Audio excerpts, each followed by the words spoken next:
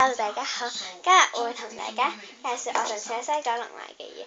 咁首先就係我去咗嗰個奇趣天地嗰度咧，就玩咗啦。咁就攞咗呢個襟章嘅，呢個寫住奇趣天地，但係就唔係黃埔嘅奇趣天地啦。咁就係西九龍中心嘅。咁有兩隻嗰啲恐龍仔啦，咁襟章嚟嘅，咁我唔帶㗎。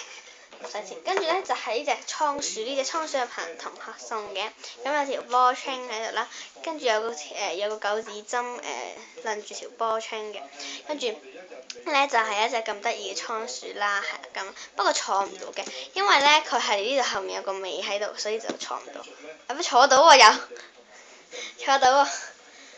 咁奇怪嘅，坐有時坐唔到，跟住就扭咗呢一個嘢啦，唔係扭，即係夾嗰啲公仔咧就有呢個嘢，咁飛不出嘅，跟住跟住然之後咧就有個呢條波穿，跟住又攆住一個咁樣嘅字啦，不過好難打開嘅，因為佢始終有條波穿喺度唔得㗎，打開唔到，全部日文啦，咁又係 Made in China 嘢嚟㗎，淺藍色嘅公仔好得意嘅，但係就唔係 Gucci 嚟嘅。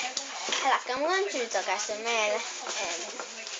咁呢啲都係西九龍買嘅嘢，仲有呢個倉啦，都係西九龍買嘅嘢嚟嘅。係仲有，跟住呢一張嘅貼紙啦，係喺2蚊西九龍嘅2蚊店嗰度買嘅。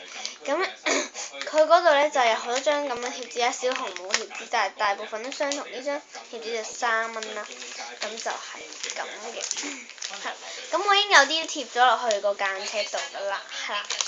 咁咧，因為呢啲空咗呢啲咧，就係貼咗落間尺嗰度嗰啲啦。係啦，咁今日就整一個黏土嘅嘢，咁整咗呢一個色仔啦，淺藍色嘅色仔，咁咧佢就寫咗5號嗰啲係我寫嘅，咁1、2、3、4、5嗰啲啦，咁我集咗啲好，跟住呢度係一粒粒咁樣跟住佢有啲黑色一點點咁樣彈得㗎啦，不過彈好遠啦。咁今集時間嚟到呢度啦，拜拜。